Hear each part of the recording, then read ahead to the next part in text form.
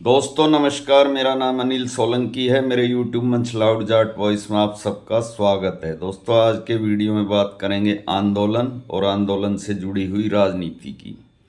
हमारे देश में 10-11 साल से एक जनरल परसेप्शन बना दिया गया है कि आंदोलन बहुत बुरी चीज़ है।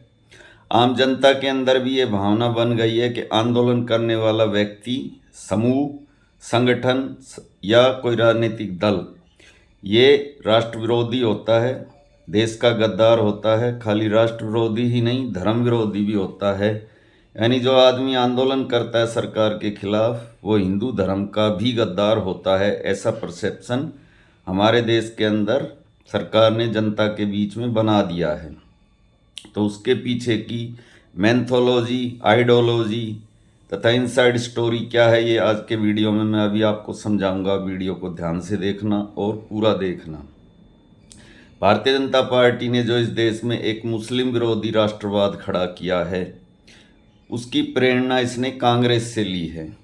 कांग्रेस ने इस देश पर जो आधी शताब्दी तक राज किया, उसके पीछे कारण था ब्रिटिशर के खिलाफ पैदा किया हुआ राष्ट्रवाद या उपजा हुआ राष्ट्रवाद। क्योंकि हमारे देश को 200 साल की गुलामी के बाद आज़ादी मिली थी और उस आज़ादी की लड़ाई में कांग्रेस की भूमिका थी, इसलिए कांग्रेस देश की जनता को वो राष्ट्रवाद बार बार याद दिलाती थी तथा जनता को ये बताती थी कि ब्रिटिशर ने हम पे क्या क्या जुल्म ढाए और कैसे हमने ब्रिटिशर से इस देश को आज़ाद करवाया।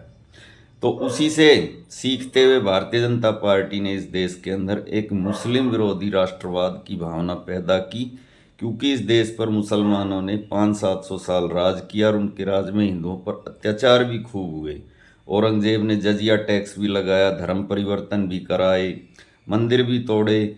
इसलिए उस राष्ट्रवाद को भाजपा ने जिंदा किया तथा उसका ये प्लान है कि इस राष्ट्रवाद के सहारे हम अगले 100 साल तक भारत की केंद्रीय सत्ता पर काबिज रहेंगे तथा जो हमारे खिलाफ आंदोलन करेगा उसको हम राष्ट्र विरोधी, धर्म विरोधी साबित कर देंगे।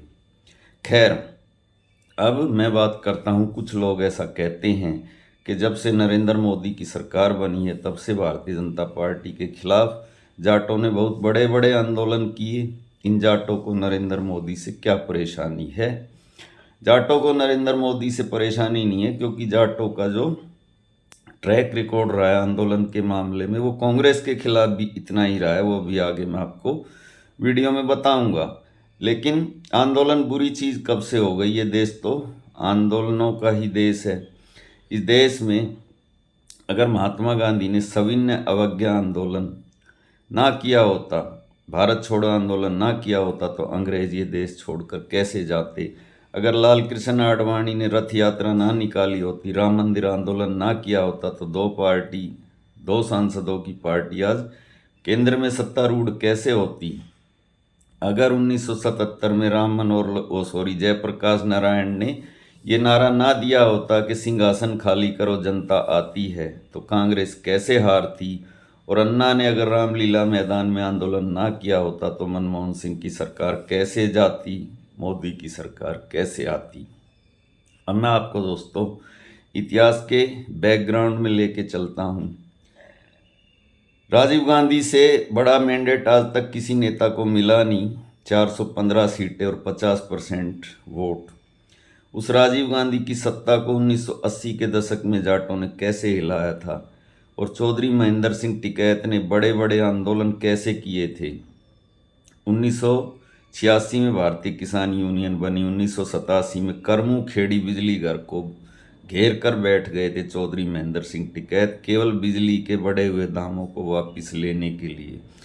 आंदोलन इतना बड़ा और व्यापक हुआ कि पुलिस ने गोली चलाई, 2 किसानों की मौत हुई। उसके बाद आंदोलन इतना भड़का कि सरकार को झुकना पड़ा और आंदोलन वापस जब लिया गया, जब बिजली के बढ़े हुए दाम वापस हो गए।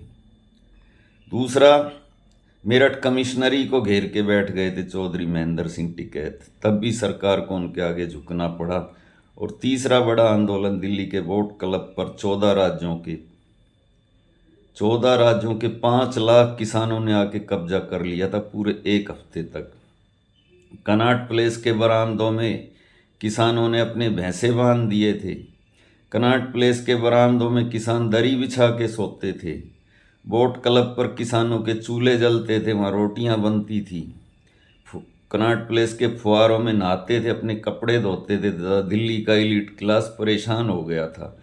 तब सरकार ने 35 की 35 मांगे मानी थी और चौधरी महेंद्र सिंह टिकैत एक हाथ में हुक्का एक हाथ में माइक लेकर जब भाषण देते थे और हुक्का गुड़गुड़ाते थे तो उनके हुक्के की गुड़गुड़ाहट से राजीव गांधी की सरकार की चूल्हे हिलती थी, पाए हिलते थे।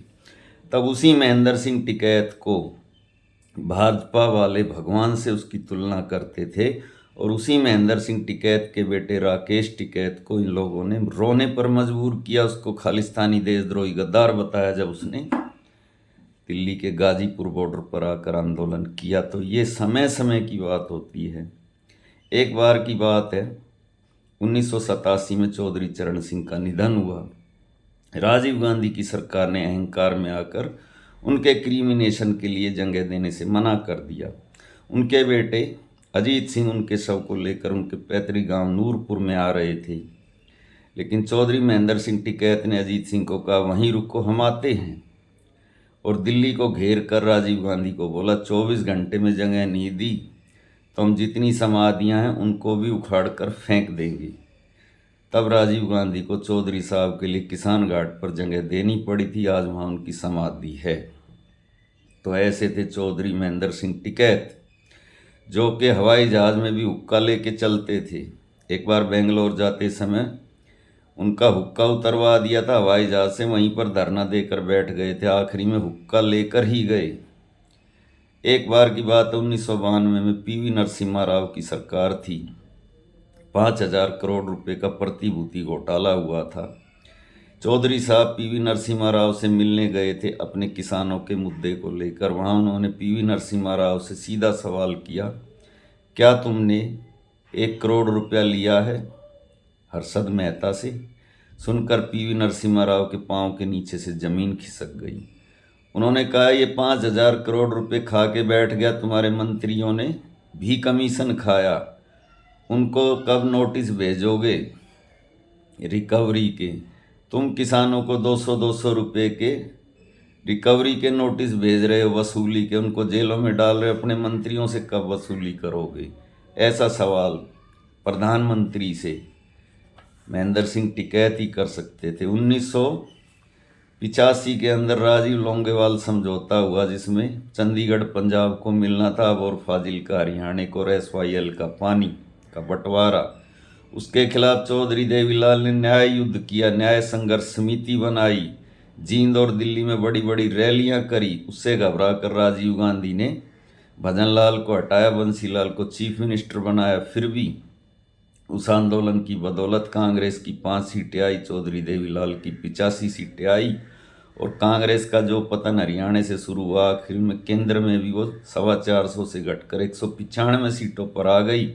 अगर महेंद्र सिंह टिकैत और ताऊ देवीलाल कांग्रेस को कमज़ोर ना करते तो कैसे भाजपा का रास्ता साफ होता। उसके बाद कांग्रेस कभी पूर्ण बहुमत से सरकार नहीं बना पाई देश में राजीव गांधी के बाद में। तो जाट तो स्वभाव से ही विद्रोही होते हैं, सरकार चाहे किसी की भी हो। जब औरंगजेब ने जजिया टैक्स लगाया था किसानों पे अपने दक्षिण के अभियान के खर्चे के लिए, तब उसके खिलाफ सियोरा गांव में महापंचायत करने वाले व्यक्ति का नाम था गोकुला जाट, जो तिलपतगढ़ी का सरदार था। जब औरंगजेब की सेना ने सियोरा गांव को घेरा तो गोकुला जाट ने उसके सेनापति अब्दुल नबी की हत्या कर दी और उसकी सादाबाद की छावनी को लूट लिया था।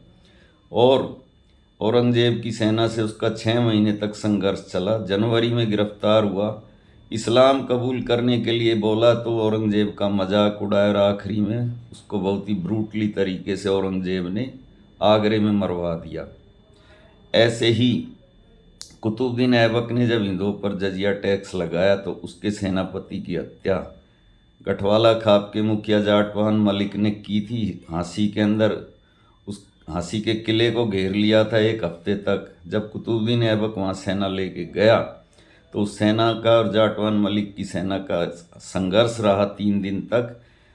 जब जाटवान सिंह मलिक मारा गया, उसकी सेना भी हार गई, तो कुतुबुद्दीन ऐबक दहाड़े मार कर रोया कि काश ऐसी सेना मेरे पास होती तो मैं दुनिया जीत लेता।